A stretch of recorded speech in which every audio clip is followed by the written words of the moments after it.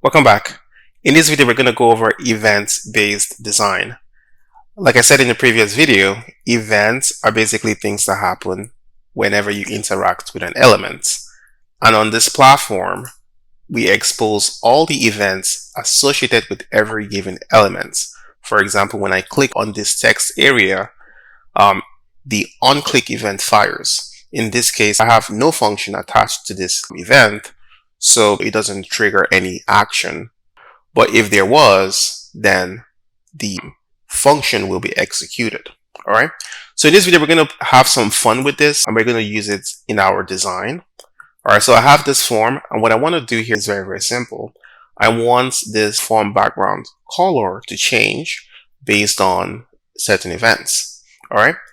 So I'm just going to go over here to my app data, and I'm just going to create a new field, and I'm going to call that form color. All right. And it's going to be by default white. All right. I'm just going to copy that. Now, this is my initial app data. If I were to refresh the page, it would go into my live app data, but I'm just going to copy and paste it so that way it's available in my application. All right. I'm going to go over to my form, which is just a div6, just a div. I'm going to go into the backgrounds and use a function, right? And I already have a function. I call that function mirror response, and it just gives me back whatever I give it. And here I am just going to connect the return parameter to my app data. So I call it parameter.app_data.form color. All right. So it should be white again. Perfect. All right. So I'm just going to drag in a div, put it right here, make it full width, give it some padding at the top, call it 30 pixels. All right. And I'm just going to drag in a couple buttons. All right. I'm just going to click on Control right to duplicate. So I have two buttons. I'm going to go back to my parents div, convert it into a flex, center and center. All right. I'm going to go to one of my buttons and just put a margin to the left, call it 10 pixels. All right. Change this button here to say, call it white, and this one to say red. All right. So I have a function here that I use for my onChange.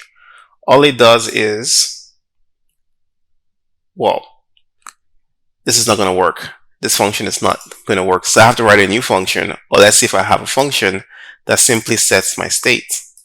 Let me search. I'm just going to type state because that's how I would write it. Okay, set state value. Sounds right. Perfect. All right.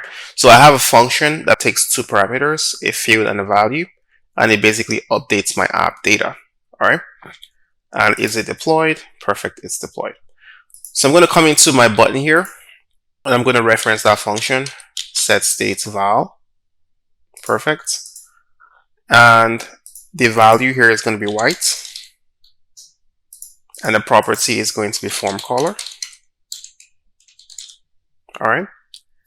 And I'm going to go to my button over here, click on it, and select that function, add it to my event. I think it was called set state val. And the value here is going to be red. And the property is the form color. Awesome. All right. So there you have it. So now whenever I click on the red button, my form is red.